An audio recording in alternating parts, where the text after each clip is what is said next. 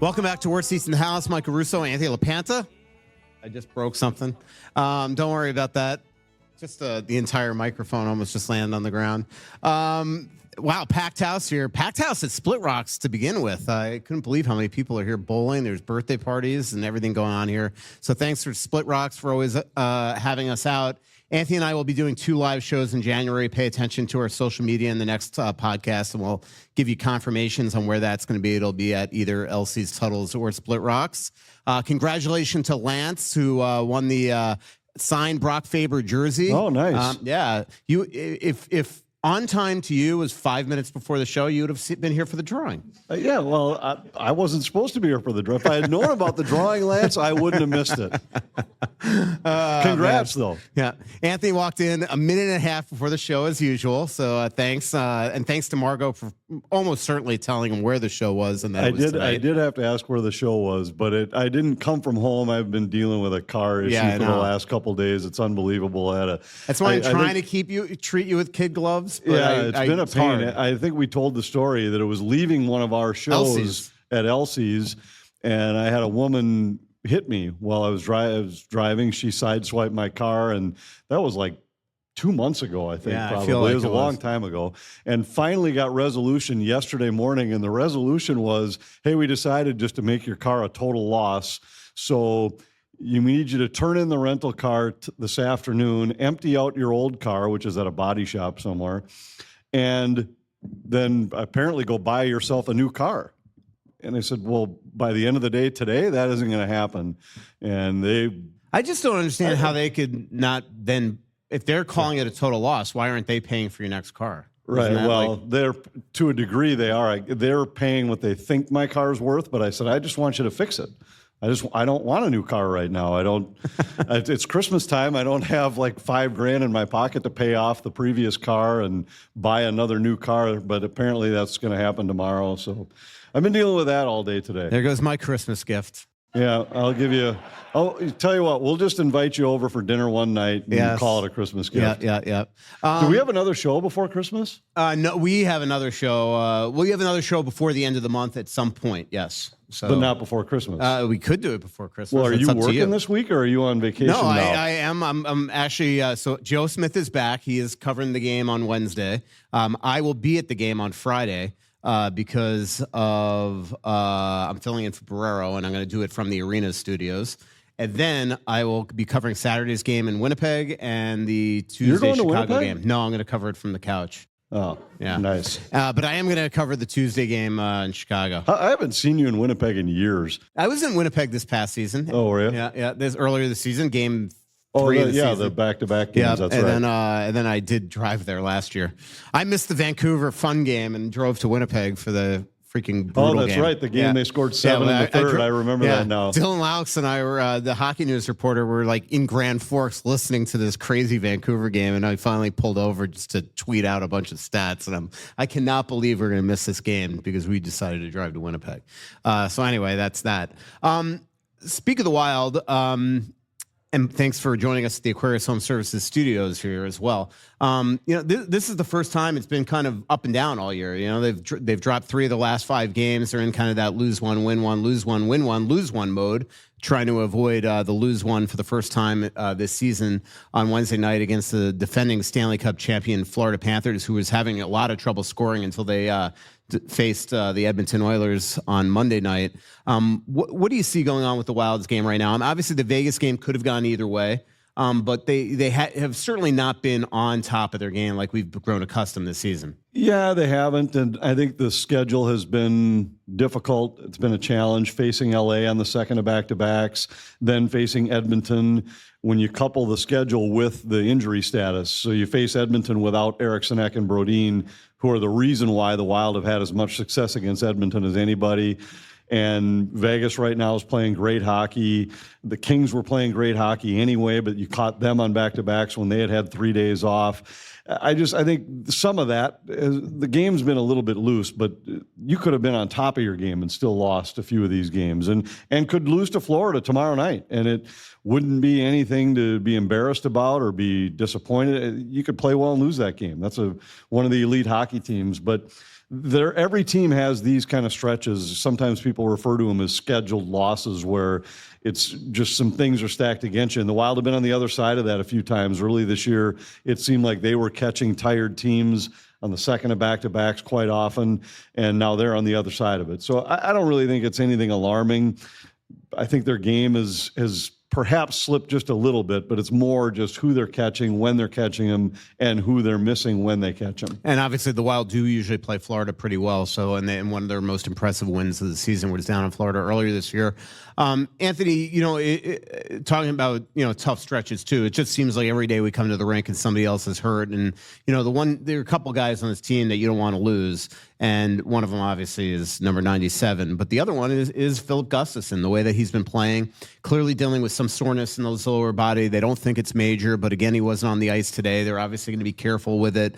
Potentially we don't even see him, I would think, until after Christmas. You have this built-in break coming up, so maybe why rush it back, get him healthy? You got Wallstedt here. He could play one of the games this weekend. And then you go with Fleury in 3 of the final games, 4 games before the break. But do you right now think this is minor, or do you think this is a cause for concern? Well, I have no idea. I'll just take them at their word when they say it's minor. And I think if it was major, it's probably not something that we would have seen him try to push through in that Edmonton game when he played the first 40 minutes. Didn't look like he was fighting anything that night other than the puck maybe a little bit. Is that where you know that he got hurt? Because he did practice Friday and he warmed up Saturday. So it just I feels to me, don't know that's when he got hurt. I'm saying I think it happened in one of those. I think it's just something that's probably been built. Right. And I'm saying if it was major, we probably would have noticed it in that Edmonton game. And I think right now the luxury the Wild have is what they never had last year, which they've got some points in the bank right now. And not that they're punching playoff tickets or anything yet, but it allows them to be a little more patient with these injuries. I think we saw that early where Kaprizov missed a game. We saw it when Spurgeon missed the games that he missed on that long road trip, where there was no need to rush guys back. Brodin, Eriksson, Zuccarello, they've been able to be careful with these guys because they're not in a spot where they're not off to a start like Nashville, where right now you have zero margin for error left. You're not even at Christmas yet. And you'd be rushing these guys back, duct taping them together if you had to. Same with Gus. I mean, right now, make sure that this is the guy that's healthy and ready because of how good he was early in the year. You want to see that down the stretch. So if it means you give him this week and a half off right now, and that allows the extra 3 days over the holidays as well, it's probably worth it to make sure that you don't do anything that aggravates something and extends his time on the shelf into the second half. Yeah, without a doubt. Kaprizov continues to play at such a high level, Anthony. I mean, scoring just incredible goals every night. The intentional one off the mask of who was it? Pickard. It was Pickard, right? He tried it the other night too against Vegas. Yeah, and then he scores close. A couple. I mean, that play that Zuccarello made, bumping McNabb off the puck, what a pass. And then obviously catching the one puck, putting it down at his feet, and somehow pinning that puck between the twine and the water bottle is just typical Kaprizov right now. 22 goals, second in the NHL, and just continues to just show why the Wild are going to pay him a huge amount of money after whatever he wants. Yeah. Right. I think I was in the press box the other night. Lou Nanne came up to do an intermission show with us, and as we were walking back toward the elevators, we ran into Billy Guerin, and Louis turned to him and just said, "Hey, Billy, I got an idea. Why don't you just give Kirill the arena, and then he can lease it back to you, rent it back to you on game nights, and just call that the deal?" And Billy just looked at him and rolled his eyes. But anyway, they're going to pay him whatever you want. And you have to. What Wild fans are watching, we talked about this on our show the other night. In the history of the franchise, they had never had a guy finish in the higher than 12th in the league in scoring. And Kaprizov finished 5th once. So they've had one season ever where a guy's finished in the top 5. And we're looking at a guy that legitimately will contend for the scoring title in the league this year. He has been every night so far this year. It's just different. It's different than anything I know. Sometimes early in Kirill's career, people would always bring up, well, what about Gaborik? What about, it's just it's a totally different level than where Marian Gaborik ever played. The way he dominates games and the pace at which he scores. I mean, we compared this to Jack Eichel during the Vegas broadcast the other night, and Eichel's one of the elite players in the league. He's turned out to be probably a better player than I ever thought he was in Buffalo since he got to Vegas. I think he's going to be the Americans' best two-way player. Certainly forward. Up there. And if you look at their career pace per 82 games, Kaprizov's a 99.9 point player. That was going into the Vegas game. So I suppose with 2 points, he's now over 100. And Eichel was 80. Yeah. I mean, and Eichel's a superstar. And yet Kaprizov's 20 points more per 82 games than he is. It's going to be really interesting toward the end of the year as if this pace keeps up around the league, just what happens with the Hart Trophy, because Eichel's played at a Hart Trophy level, Draisaitl's playing at a Hart Trophy level, McDavid, Kucherov.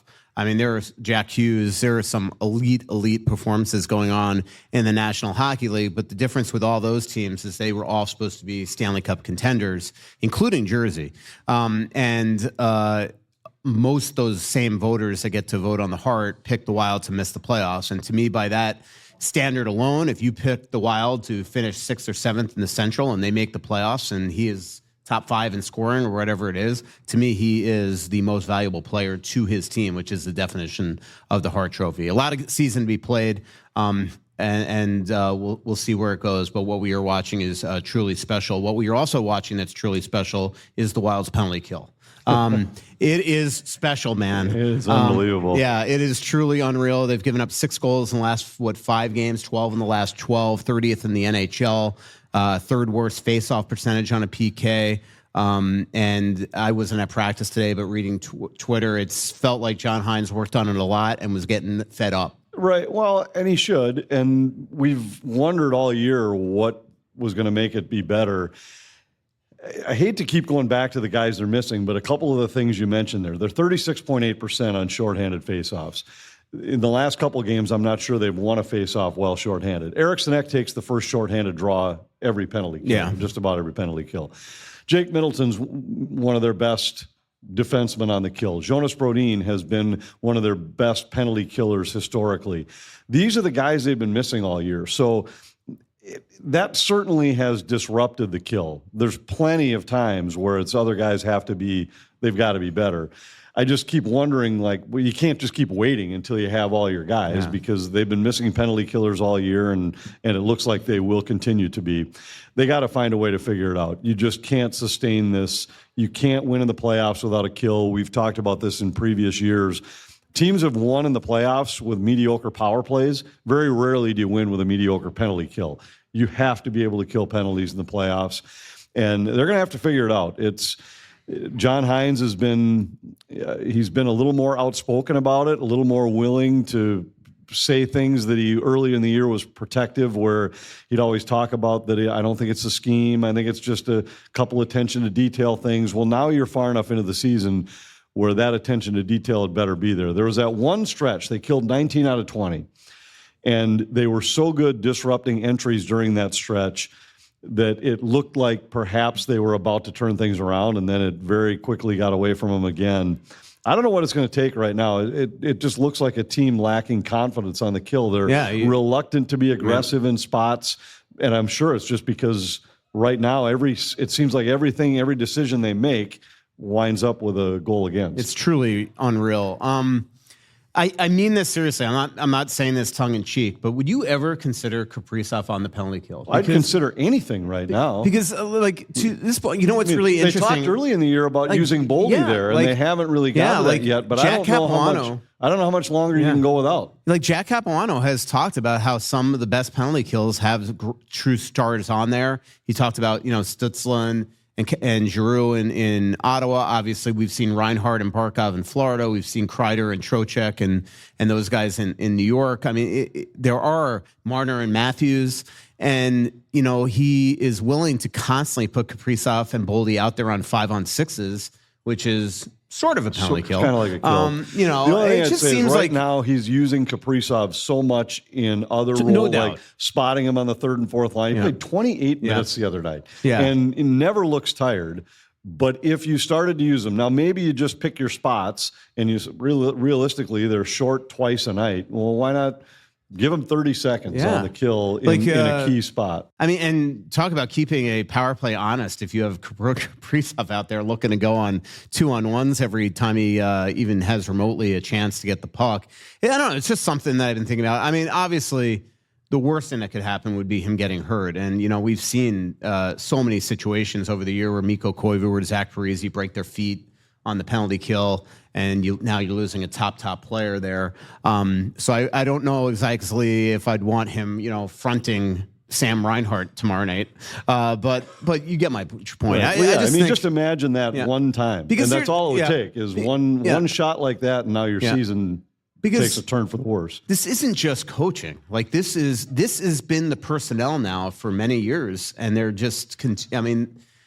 At some point, it's the personnel, and it's just something that we, I don't know. It's just something I was thinking about as I was writing that empty net story yesterday, and why he continues to throw him out on these 5-on-6s, and his rationale for why he puts him out on the 5-on-6, his smartness, his instincts offensively, knowing where to break up plays. That all lends itself to being on the PK as well, and that's why so many good players in this league, their offensive talents, are guys that you also are willing to put on the penalty kill. It's not the old days where the third and fourth liners and the third defense pair are the guys that had to be on rolls where you give them the special teams. I mean, that's just, and with a few games before the break, it might be worth trying it. Put him right out there against Connor Bedard on the day before Christmas. So. Yeah, give it a shot. Yep. Did you have a? Well, before we got to some questions here, Vinny we started last week with his Vinny's thoughts. You want to take a shot at a couple of his? Yeah, sure. All right. So you'll like this. This will get you riled up a little bit. No, not because right. You'll get riled up because I'll disagree with you. He says the Wild can't seem to beat good teams. It's nice we're winning games that we should, but my question is, why should I believe this team is any different than the teams we've watched in the past that can't beat good teams, particularly in the playoffs? Yeah, I mean, I don't necessarily disagree because, they are. I mean, the facts are the facts. They're 2-6-1 against the top 8 teams in the West, at least as of 2 nights ago. I haven't. Yeah, as of now, we're going to talk about this tomorrow night.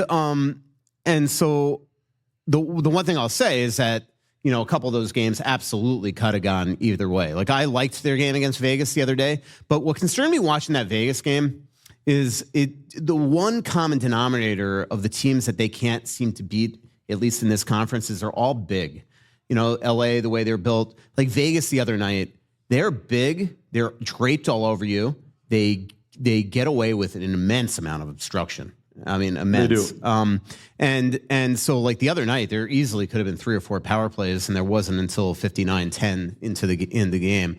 So I don't exactly know why that reason is, but I agree with you. I think that is the type of thing that's going to keep the skeptics out there of Wild fans that are always waiting for the shoe to drop to just say, well, all right, yeah, it's awesome that they could beat Utah and these teams below them. They've beaten some top teams in the East. They have. So that was one thing I was going to throw out is they're 2-6-1 against playoff teams in the West. They are 4-0 against playoff teams in the East. So if they get to the Stanley Cup final, it's a cinch. But they've got to win 3 rounds against the teams they're losing to get there. But so I looked at. I think there's two facets to this. One is, nobody has great records against playoff teams. That's why they're playoff teams. Now, if you look at just winning percentage, which is what playoffs are, because you don't get a point for the overtime. So the Wild have won 6 and lost 7. That's 10th best in the league.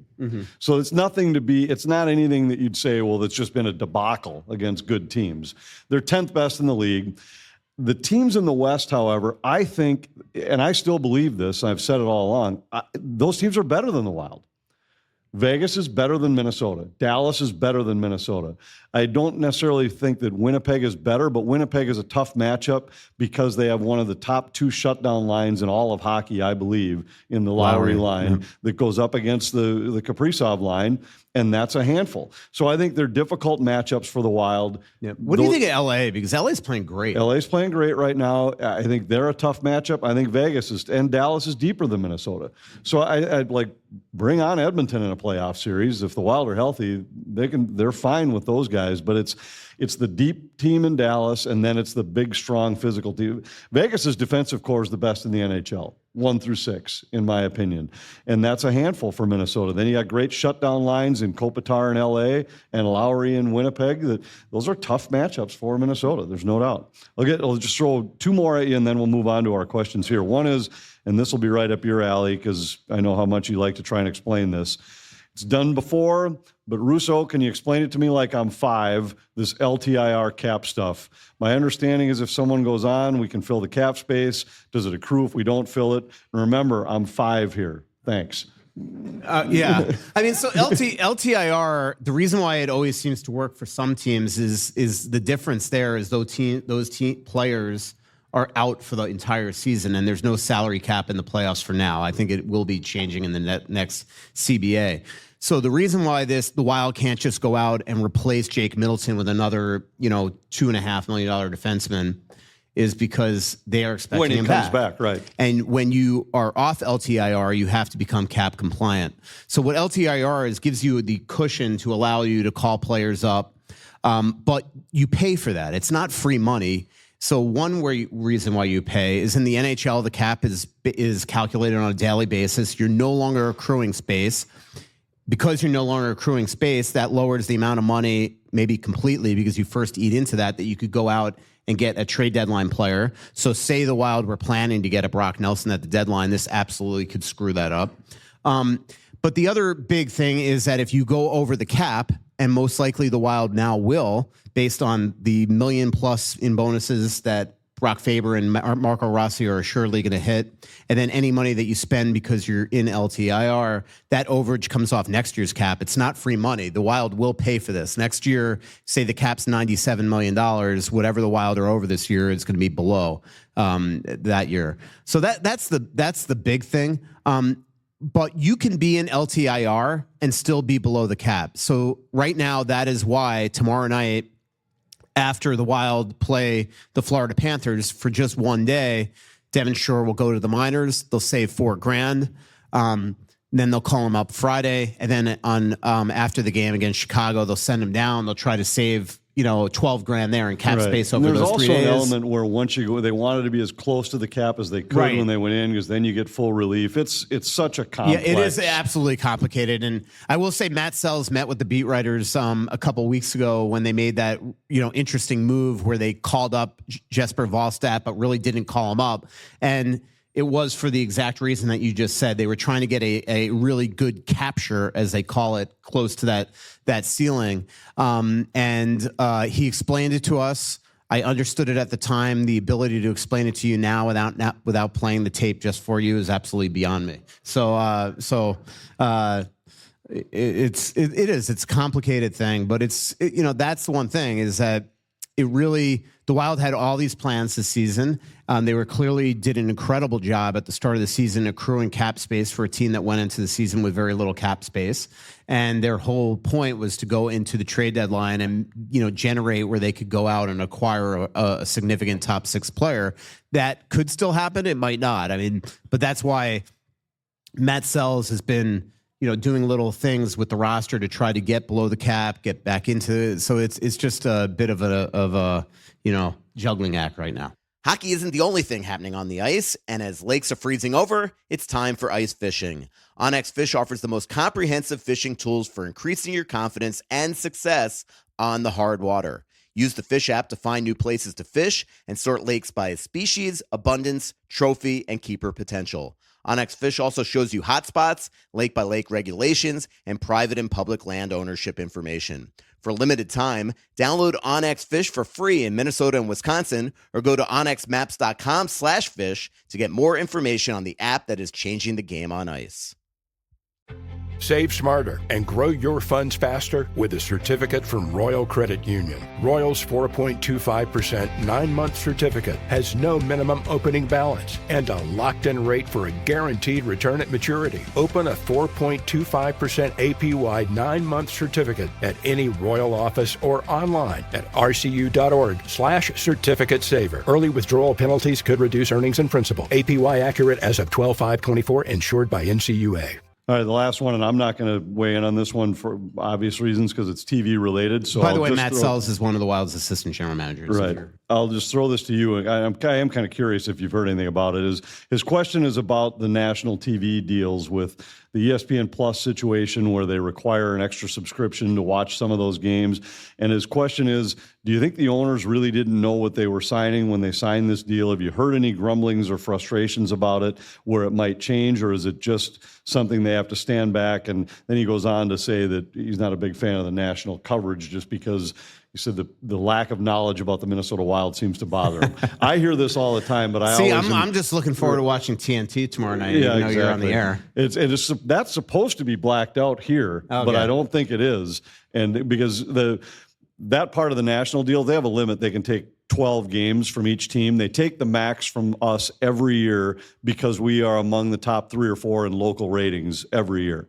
It's a testament to Wild fans. They're passionate viewers, but St. Louis is the same. Pittsburgh's the same. They're always in the top 5 in local ratings. But what the deal is, if they take more than 12, then they can do those games, but they can't show them in the local market, and we do it. So we're going to do the game side by side with TNT tomorrow night. Fans here will be able to watch it on FanDuel Sports Network. They're not supposed to be able to watch it on TNT. It's supposed to be blacked out locally. But last year that didn't happen, and that we did a side-by-side game where it was on both channels.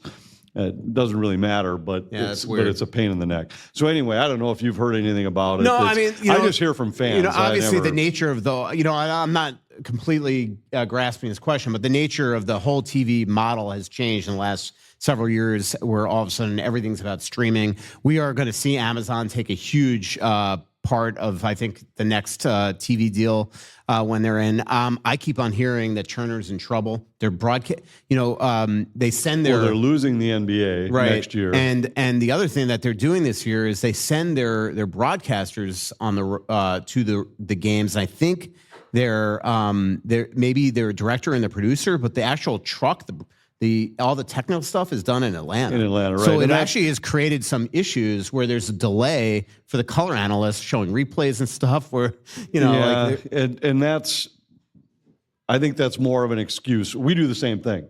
Most games. Our production facilities in our office in downtown Minneapolis. We travel one of the producer or director and then our announcers.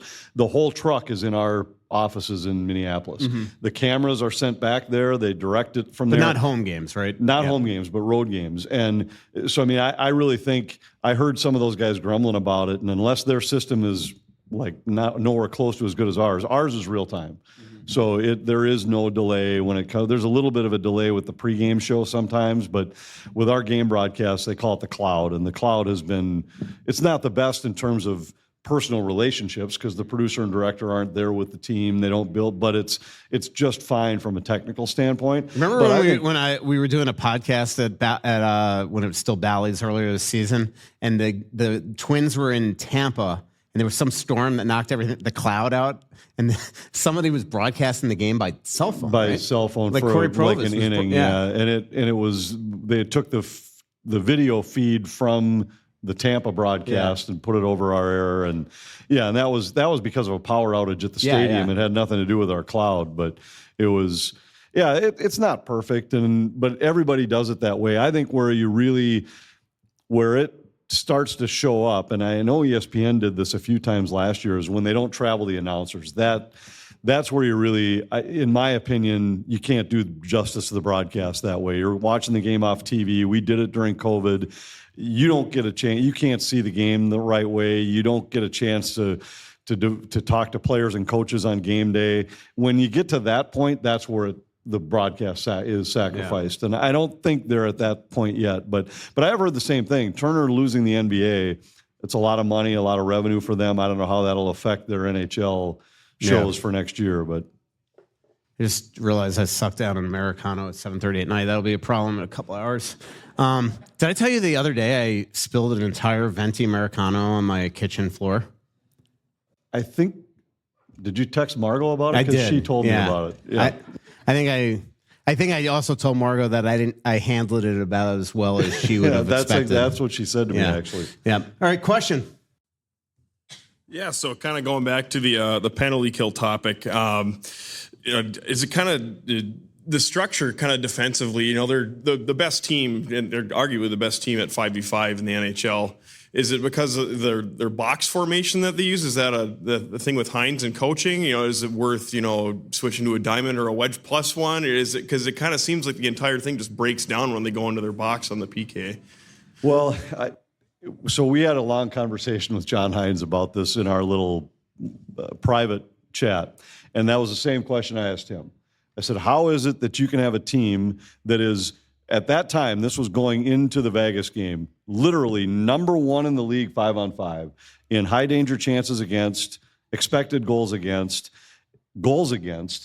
How can that you have a team that's that committed to the structure 5-on-5 that on the penalty kill is in the bottom 6 or 7 in the league in every one of those categories? And he kind of paused for a minute, and then he just said, it's the same conversation I just had with the staff today. So they're trying to figure it out. And he said, look, we got guys that are so attention to detail when we're in our 5-on-5 structure, and all of a sudden when we get on the kill, they just start making mistakes that are uncharacteristic. And so I don't really think it's an X's and O's thing. It might be a personnel thing. But it's the same guys. Like if you look at, we've talked a lot about what Jakub Trenin and Marcus Foligno have been on this team. When they're 5-on-5, nobody gets a scoring chance against them. And then they're on the ice on the penalty kill, and it's like a sieve. So I'm not sure what it is. I don't think it's X's and O's. Some teams are box, some are diamond. There's weaknesses to all of them that can be exposed. But for a team that's so airtight 5-on-5, it's unbelievable the number of breakdowns they have on the kill. I don't know if you have a different opinion. No, I agree. It's so beyond perplexing. I tried to find a team that had a discrepancy that was anywhere close, so I went back through the best 5-on-5 defensive teams for the last, I got back like 15 years. None of them were outside the top 12 on the kill, and the Wild are 30th. So it's been this way. I can't figure out what the correlation is. Yeah, and it's been this way for 2 years in a playoff series. It's just so beyond. Their kill has been this way it's been like 9 years. Yeah. Because I thought I remembered a stretch where they were really good on the kill. It was like 15, 16 where they were in the top 10 on the kill. That's crazy, because when I first started covering this team, I mean, it was top 5 every. They were great year. on the kill, yeah, and the power play could never get anything done. Yeah, that is absolutely true. It's so perplexing and it's maddening, because every time they go on the PK, I know I'm convinced they're going to get scored again. And if I'm thinking that, the players on the ice are. Thank God they're disciplined this year. I know. Can you imagine if they were still taking the penalties they did last year? I mean, they'd be giving up 2.5 power play goals. It's truly unreal. It's truly amazing. So, good question. Grab some merch. By the way, if you come to our live shows, we have new awesome Worst Seats in the House merch. And if you ask a question, you get a beanie, a T-shirt. Question. I like everybody that comes with questions now, write it out on their notes first. I drove down from Duluth, and the entire time I was trying to figure out what. Well, I hope you weren't writing on your notes while driving. No. I waited until I got here to write it out, but I wanted to make sure it made sense. Yeah. Are you telling me you drove to Duluth? I drove from Duluth. Drove from Duluth just for this show? Yeah. Holy mackerel. Well, we're like halfway to Duluth, Wyoming. It's only an hour and a half. I know, but, well, thank you. What's that? And it's your birthday? Yeah, well, happy birthday. On Sunday, yeah. Wow. There's nothing more special than hanging out with LaPanta on your birthday. It's my birthday gift to come with my parents. Nice. Thank you for coming. That's really cool. I was wondering. Somebody asked me today if do I think that the people come to Split Rocks all live up here, and I'm like, yeah. Every now and then you get the one schmo that comes down from Duluth. But, that's me. That's me. Well, I was just wondering, what kind of an impact on a team do you guys see a player like Eriksson Ek, who might not be the biggest scorer, but who has a clear team-first kind of leadership mentality? What does a player like that have on a team? The biggest possible. Yeah. He's the most irreplaceable player in the lineup. Not the best player, but most irreplaceable. I couldn't agree more. I mean, he just does so much. That's why, there have been some people that were like toward the end before he got hurt, and he has been playing banged up all year long. They were commenting on how his production had been so much less than it had been in previous years, but you still look at his underlying numbers in his game, and he's just still He's first over the boards and everything. The one thing I was talking to somebody about the other day, and it was actually somebody very, very close to the team that didn't totally disagree with me, Anthony, is what concerns me about his style of game is he going to just beat himself up to the point that he's not going to have a long career or he's not going to be nearly as effective. Because you even look at the game that he got hurt on. I know he got hurt on a completely innocuous play, but that game he was playing angry. He was freaking going, what? Cross-checked in the ribs about a minute before. And so, and just his hardness, the fact that he's got absolute courage, you do worry about his long-term health because he does, not only does he, get dinged up a lot, but he plays through it. Like it takes even when he comes back in the lineup, he's not going to be 100%. Yeah, knowing what he's dealing with you now. You certainly wouldn't want to ask him to play differently, though. But there's other guys around. Think about guys that play like him, and not every one of them's injury prone. Yeah. And so I wouldn't. It's not like he plays reckless. He just plays hard. Yeah, he just has got incredible courage. So, well, thanks for coming on your birthday. Happy Get yourself birthday. a couple of birthday gifts over there, at the merch table. Question. I got two separate questions, one for you and one for Panta. The first question for you is that what is a realistic offseason where they re-sign Marco Rossi looks like? I think it's getting better and better. I mean, he has just totally proven himself to this organization, and I think that I think they're going to let it play out. Like I don't expect an extension in season. He's got no ARB rights, so that sort of changes the leverage a little bit. I don't think you want to get it past July 1. Because you don't want to risk offer sheet and things like that. The issue that I see right now, and this has to do with Kaprizov too, is that because we don't know what the cap is going to be next year. Like they're saying 92.5, but it could go up to 97 even. But then if the new CBA gets done, now the cap is going to be recalculated for when Kaprizov and McDavid are up.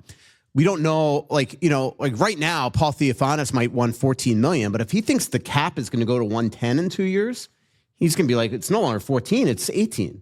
And then if it's 18, that affects everything else, and you got to do a bunch of calculations, but the Wild need to know that number. And the Wild, like other 31 teams and the NHL, don't know that number yet. So I think that's the complication. I think the bigger question is if they extend Marco Rossi or re-sign him, because he'll be an RFA after this year, is do they bridge him? Or do they go long term? I think that if you're in Marco Rossi's camp, they would take either one, depending on what that price is. The complications that I see is, here's a good example. Like Dylan Cousins makes $7.1 million a year. That's a comparable for Marco Rossi.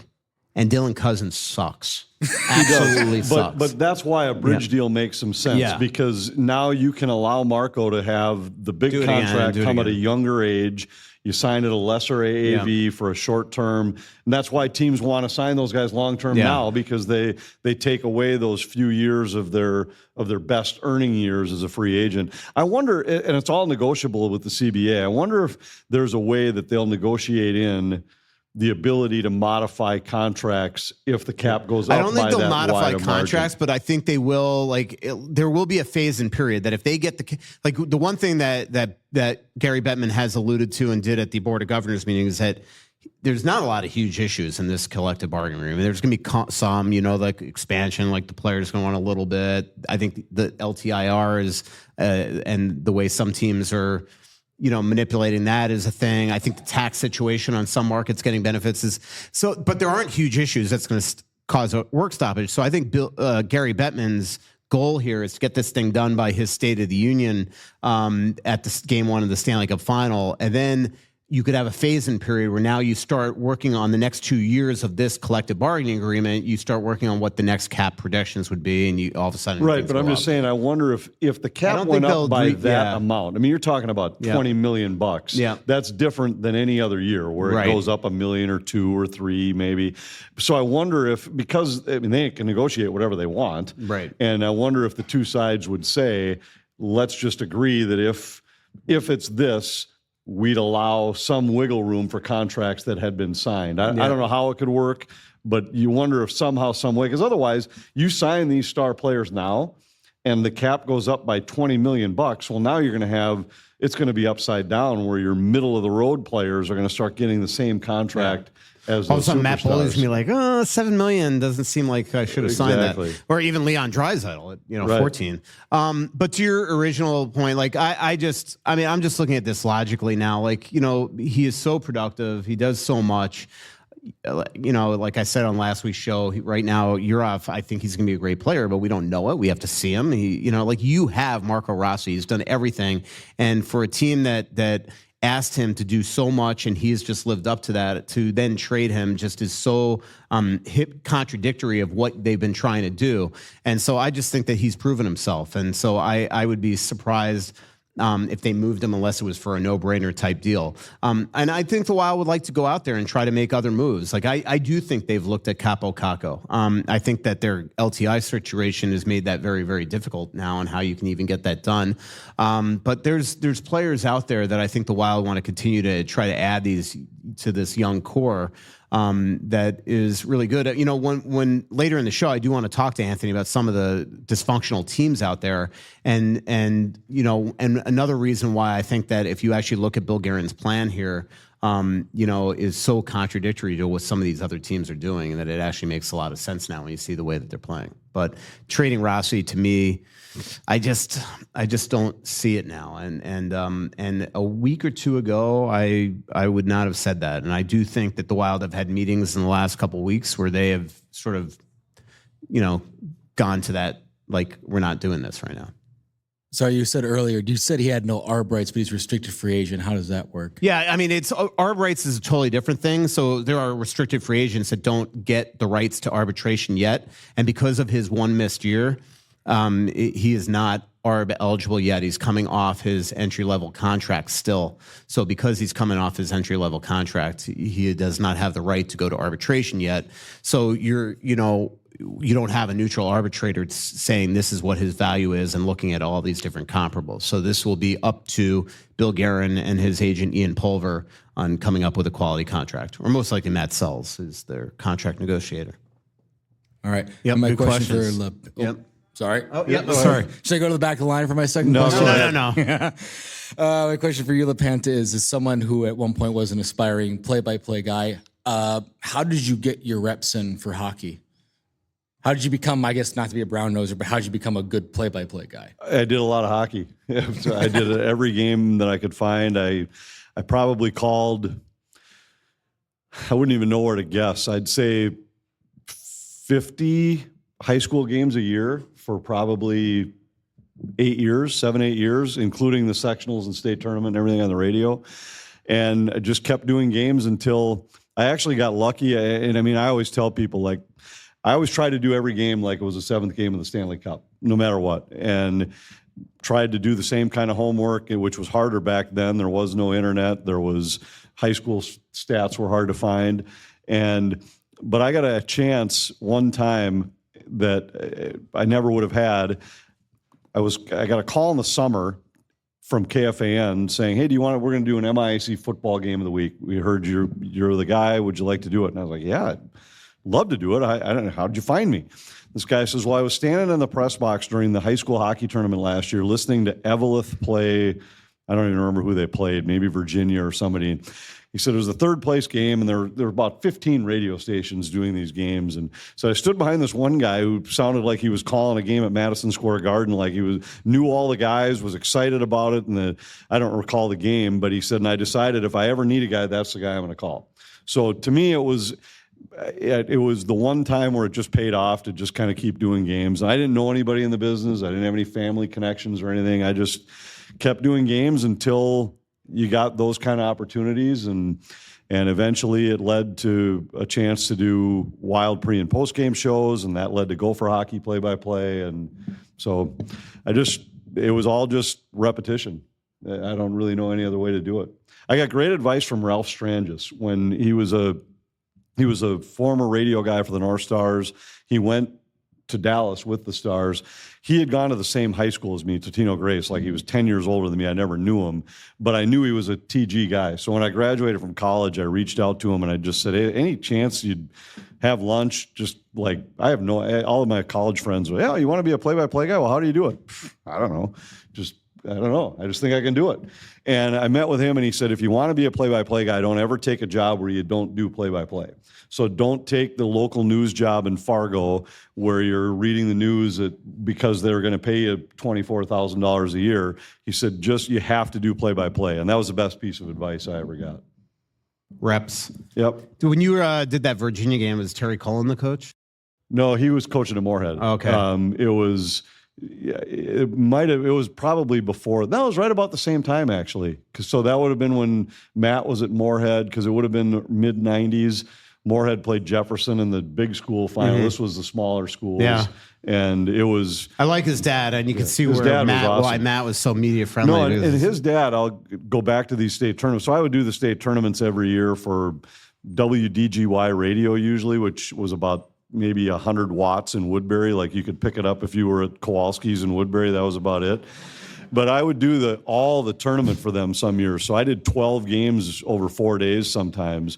And the only time I would meet these coaches would be from outstate, would be when they'd come down. Now, we had done at that time, it was the Civic Center Holiday Hockey Classic I was working for KABL Television in White Bear, and Moorhead came down to play in that tournament. So I would meet Terry there, but then when the state tournament would come, I'd always call all these coaches the week before, and I think I was one of the few guys who was calling all of them but they'd all chat with me. They were all great.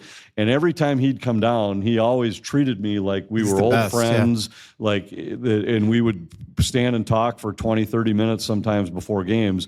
And I'll never forget it. So there were some great people back then that really helped teach me the game too, because they were willing to share things with me and let me come to practice and watch what they did. And so I've had some great memories of those years, and I miss them. I wish I could still do more high school hockey. I really love those years. Yep. Yeah, I still remember when Matt first signed with the Wild, going up to Moorhead and doing a bunch of stories, sitting down with Terry's mom. In fact, the other day, so when Matt was inducted into the U.S. Hockey Hall of Fame in Pittsburgh a couple of weeks ago, I was flying out to California, and I was on the phone on my flight, just breezing through my pictures, and I found all these pictures from both the 2016 Stanley Cup Final and the 2017 Stanley Cup Final of being on the ice with Matt hugging, like me having this great vantage point of him proudly hugging his dad after both Stanley Cup victories. And so I sent just a ton of these pictures to both Bridget and Matt. And I'm like, these are for your records, just really cool photos. So that's actually the cool part of my job, is getting to know actually the parents of some of these players, like the other night going down to the family section, talking to a bunch of the dads and the moms. And, I remember sitting back when they lived in Bloomington in 2007, when Mark Parrish signed with the Panthers and with the Wild, and sitting in their like Bloomington, like they lived in a townhome there, his parents, and just sitting on the floor with his dad Gene and mom Barbara and everything. So it's kind of neat doing those type of stories. So, question. Happy holidays, everybody. As the temperatures become more frigid, there's nothing cozier than bundling up. Well, here's your chance to bundle up and save 25% by bundling a Kinetico non-electric water softener with the K5 drinking water system from Aquarius Home Services. I've got both systems in my house. It creates spotless dishes, shiny fixtures, and pure, refreshing drinking water, but most importantly, great tasting coffee. Aquarius is an independent, authorized Kinetico dealer. That means that they are known for resolving water worries, and they're experts, and you can absolutely trust them. You could start by scheduling your free water analysis by going to AquariusHomeservices.com. Aquarius is earning the right to be recommended for years upon years. That's why I recommend them every week on this show for 7 or 8 years. Don't forget to mention that Russo sent you when you go to AquariusHomeservices.com. When it comes to great steaks, it's all about the marbling. And there's a 1 through 12 scale for marbling that will measure what the quality is of the steak. And for Feller's Ranch Wagyu, it's some of the best you'll find. They won't sell their steaks unless they're at a marbling level of 6 to 10 on a scale of 12. It's some of the best steaks you'll find. Just for reference, USDA Prime can be called USDA Prime as long as it's at 3 or 4 on that same scale. This steak is some of the best I've had. You can find it at fellersranch.com. Their vans are in the cities every week. They can deliver it to you. There are also a couple of spots within the cities where you can pick it up. You won't be disappointed. If you're having a great meal and you want to have steak, there's no place to go that's better than Fellers Ranch.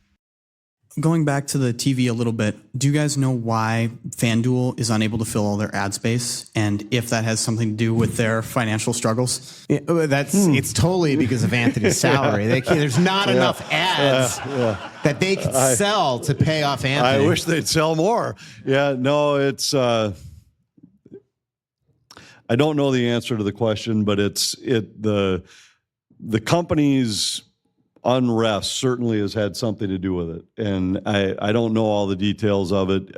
I've always been thankful that I've never been in the position to have to sell, whether when I was doing radio or TV or anything else. And I know these guys. Our sales crew here in town was, for a lot of years, was really successful compared to other regional sports networks. But I think right now, I just can't imagine being the guy going into a big business here in the Twin Cities and saying, hey, I've got Twins baseball, Wolves basketball, Wild hockey, here's our portfolio, and having to answer that, well, are you on the air anywhere in town? Is your company gonna come out of bankruptcy? Is there a rights deal done? So I mean, I can't imagine the challenges right now that they face. I know they're all just hoping for some stability and some answers so that they can go in and confidently sell, knowing what the future holds. I think that's probably the biggest part of it, is that if you don't know that, if you're a big business, and you don't know that they're going to be on FanDuel next year, you just, are you going to give a bunch of money? I can't imagine ever. I mean, I'm sure a lot of people in this audience here, your job and your salaries are based on what you sell and commissions and things like that. Like, that to me is real stress. Like, I can't imagine. No, that's what I'm saying. I'm so glad I've never had to be the sales guy. But all I know is that they, for years, and you can just compare it to other regionals, and I know ours was a pretty successful one. But right now, and they're not the only ones. I mean, everybody, you walk through our office right now, and there's everybody scratching their heads without any really idea what the future might hold. And times were good 6 years ago, and now we don't know yet. We'll see. Yeah. That Saturday night after the Wild played Vegas, I went and was watching. I was at this club watching a bunch of hockey, and Hockey Night in Canada was on that night. And it's so different when you watch, when you're not watching the local broadcast, you watch all the time in the States. Like, you're seeing all these different ads, like it's totally a different, like, it's just a different world up there right now. So, question. Okay. So this is about the penalty kill. And I'm an eternal optimist. So if we get a penalty called on us, I'd always go, oh, we're going to score shorthanded. And I love You've been right like twice.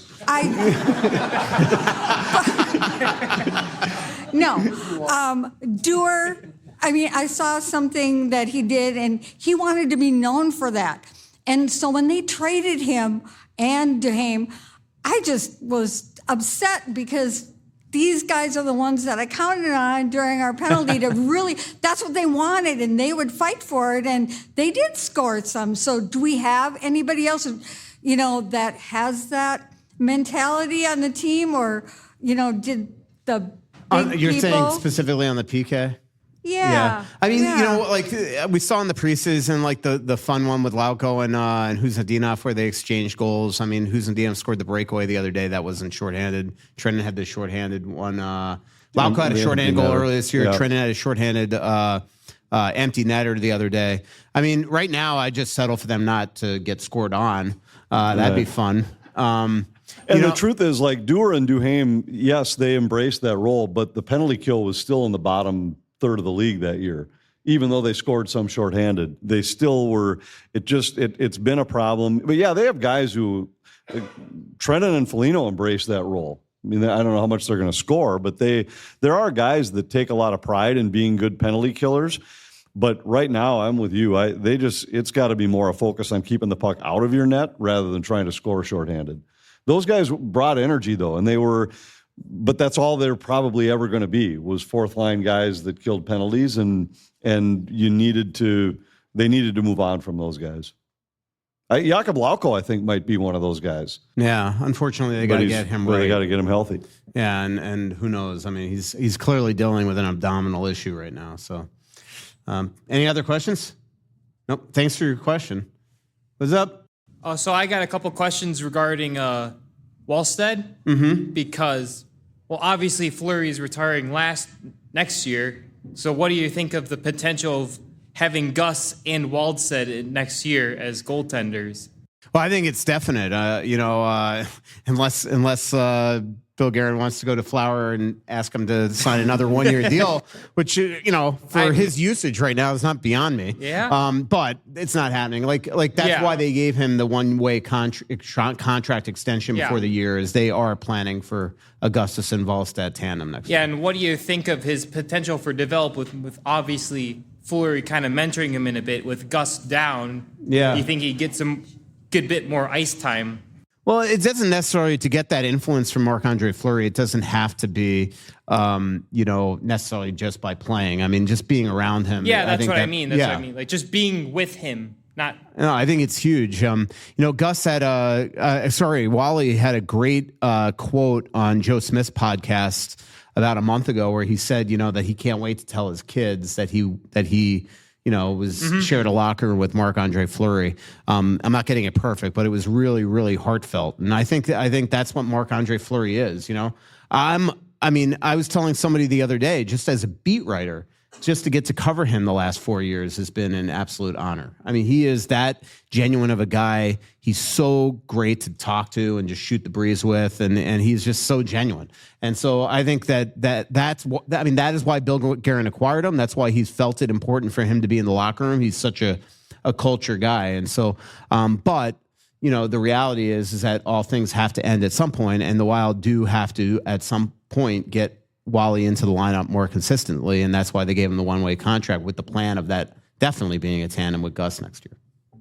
And it'll be a valuable tandem when you look at what the bang for the buck will be with those two guys compared to, there won't be very many teams that have better goaltending for less money. Yeah, exactly. Yeah. Any other questions? Next. What's up, Barb? I'm known. Huh? I just wonder what your level of concern is for these players that are planning to or have been chosen to play in the Four Nations face-off, and what you think about that. I was just talking to an agent about this today. Look, if I was a GM, my concern level would be high. Yeah, this is going to be an NHL-styled tournament for no other reason than a money grab. I'm looking forward to covering it. But that is what this is about. I mean, that's the only reason why it's there. And somebody, like always happens, will get hurt. And it will cost a team down the stretch and potentially in the playoffs. That's just the way it is. You better hope it's nobody on the Wild. My guess is Gus is probably not the number one. The way Markstrom's playing right now and Allmark, I would think they'd probably go with him. Now, if Gus returns to form and is the best goalie in the league come February, that changes things. With Brodin's situation, it wouldn't shock me if the Wild and him say, let's pull out of this. Because he's not going to be, he's not 100%. This is something that's going to take issues. It's going to take some maintenance all year long. But Eriksson Ek, Faber, Boldy, it doesn't have to necessarily be here, but somebody on one of these four teams gets hurt. That's why if I was a Wild fan, as much as it sucks not to see Kaprizov, I'm perfectly fine with saying take 12 days. Rest up for the stretch drive. That is huge. But yeah, I'm concerned. I mean, it's going to hurt a team. There's no perfect way to do it. Because remember when they tried it preseason, the one time, and it was all those guys talked about how it was such a major adjustment. Camp was disrupted because they had to get ready a month earlier than everybody else. It's hard to ever play that tournament. There's no safe time to play it. There's no easy time to play it. this probably makes the most sense to do it in the middle of the season where everybody's in mid-season form rather than try and do it in September. What bothers me about this one is this is not the World Cup. This is a made-up tournament. Yeah. For no Right. other reason than to give people a little, it's just, and I shouldn't say this. But I mean, because let's say the it's the Athletic, we Olympics. are spending an Right. absolute fortune But to let's cover say this. it's the Like, Olympics. yeah. It doesn't. In fact, there's probably more injury risk if it's the Olympics because it's without a longer without tournament. a doubt. But at least there's, I hate to say it, but at least there's a purpose. Like that is an international tournament that's been around forever that you're trying to go win a gold medal. And sometimes I think it should be the Summer Olympics, but it's in the winter, and that's when you have to do it. That's what it's for. This one is just a made-up NHLPA tournament for no reason, and they're calling it best on best when the reality is that Leon Draisaitl's not there, and Matt Zuccarello's not there, and Kucherov and Ovechkin and Kaprizov and all these guys. It's not best on best, so it's 4 nations. And again, I shouldn't say this because we are spending a fortune to cover it. Like I'm going to be on the road for 14 days, and with Chris Johnson, with Pierre LeBrun, we are like. We're treating it like it is the Olympics, but it's not. And I think I'm going to go to Costa Rica. Can I just read your articles? Yeah, absolutely. There's just, to me, there's going to be some GMs and owners that when a couple of these guys get back, they're going to be like, "What the heck did we just do, allowing this to happen?" I think so. But make sure you read The Athletic during the tournament for 12 days, especially click my stories. I'll make sure I do. So the way it's working, actually, Pierre LeBrun's going to be our columnist. CJ is covering Canada. I'm covering USA. And then we actually have Fluto, who's our Boston writer. He's covering either Finland or Sweden. And then Arpan, who's our Montreal writer, is covering Finland or Sweden. So we have 5 reporters on this thing. And it's gonna be a blast. Like I'm looking forward to it, and I'm looking forward to gaining some knowledge on that USA team because in Milan that's going to be also my expertise there when we're there for the Olympics in a year and a half. I'm back again. Sorry. My question is about a comment that Billy Guerin made in one of your Athletic articles about Carson Lambos playing well. Yeah. I mean, reality is if he was playing well, he'd probably be up by now. Mm-hmm. How much of that when he said that Carson Lambos was playing well was him genuine belief that he was playing well? And how much of that was just trying to kind of keep people calm here? I just literally texted with a scout from another team about David Juracek during the show. And he told me in this text, who's playing well is Carson Lambos. And this is a scout from another team that just saw Iowa yesterday, I think it was. So I mean, look, you're right. If he was playing great, he would have been up here and they would have needed to grab Dermott. But I think a lot of it is his age too. Like he's close. We are going to see him at some point. What's really ironic is that every team in the league, they always are short right shot defensemen. And the fact the Wild ran into a pickle for left shot defensemen, which technically grow on trees, is kind of hysterical. But that's just the way it works, right? They cannot find Damon Hunt a spot in their lineup, and then they trade him, and then boom, they lose Middleton, and they find out Brodin's dealing with this thing. So, but that's how much they wanted Juracek. Juracek, it was all for an investment. Like we might not see him for a while. They want to get him playing. He's going to have to be patient down there. This is all about the future with grabbing him. But when you give up that many points, they are going to invest in trying to make him a player. So. I'm looking forward to seeing Lambos. I know their staff still believes he could be a really good player.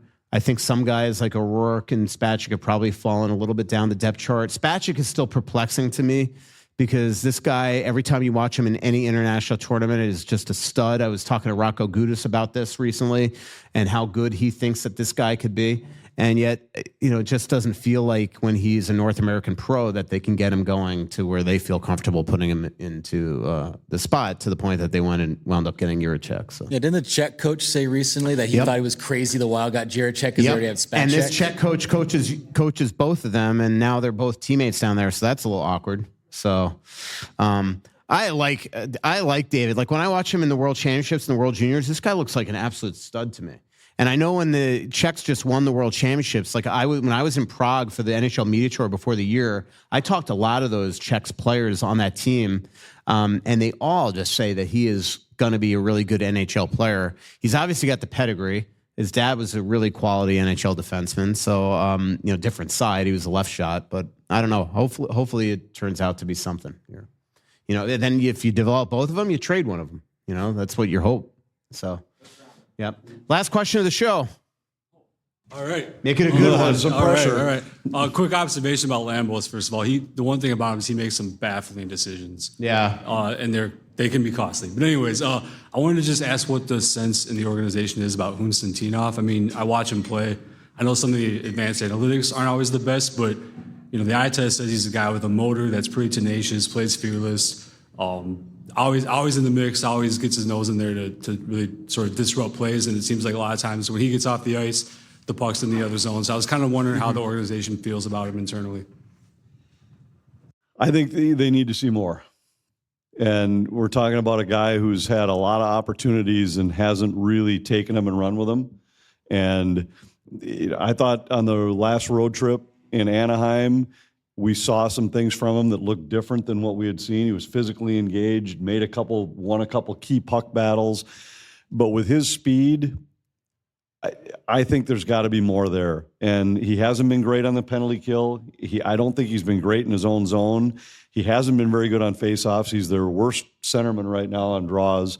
And if you're going to have that kind of a role, you've got to be good in those spots. If you're the fourth line center, you've got to be a guy you can count on to win more than 44% of your draws. You have to be able to help a penalty kill that's struggling. And right now he looks a little bit lost there. Well, I think, what does he have, like maybe 10 shots on goal for the season? He's missed significant scoring opportunities where it's like, if you're that guy, you have to cash in on those kind of things. And I think coming into the year, they were hoping that he might take a little opportunity and run with it. And he hasn't done that yet. But nobody's given up on him because I think they like his speed and they like the way he has worked in the past. But right now, this year, I know that they think they got to see more from him. I hope it works out. I hope he turns into a player because he is one funny guy. Like I love talking to him in the locker room. He's just like, even in Utah when we got him in the locker room, it's a hilarious interview, and neither of us. Like, none of the writers even understood what he was saying, and he didn't understand what we were saying, and it was still the funniest thing ever. I did say to him, I'm like, that was your first goal since you got married, and he, like, in broken English, he's like, I keep on telling her this is your fault that I'm not scoring. But yeah, we got back from a road trip in early November, and all of a sudden he just on an off day got married, and next thing you know, there you go, he's married man. So funny guy. Thanks for everybody for coming out. Humbling that it's so packed here on this off night here. Thanks to Lance who won the Brock Faber jersey because you keep on coming to all these shows. Thanks to the guy that came down from Duluth on his birthday. Oh my goodness, I love Duluth too. I absolutely love going up there on for Trampled by Turtles concerts and training camp and things like that. Thanks for Anthony for showing up 1 minute before the show. Perfect. Yep. I didn't have to come from Duluth either. Yeah, I know. Shoreview's kind of like Duluth. It's kind of the Lepanta roots are in Duluth. Yeah, so that's I know the drive well. Yep. We will have one more podcast this month that we'll record next week or the week after, and then we'll have 2 live shows in January. So pay attention to the Talk North social media, Instagram and X, and I think Blue Sky to find out when those shows will be and where they'll either be here at Split Rocks, Tuttles, or Elsie as well. Thanks for joining us from the Aquarius Home Service Studio. Thanks to Aquarius, our longest sponsor, your local authorized dealer for Connecticut water treatment systems. They could do heating, cooling, electrical, everything. Onyx Maps, Royal Credit Union, and Feller's Ranch. Thanks, everybody. So much coming out, there's nothing going in. I know that you feel like you're never gonna win. Oh, but the world won't forgive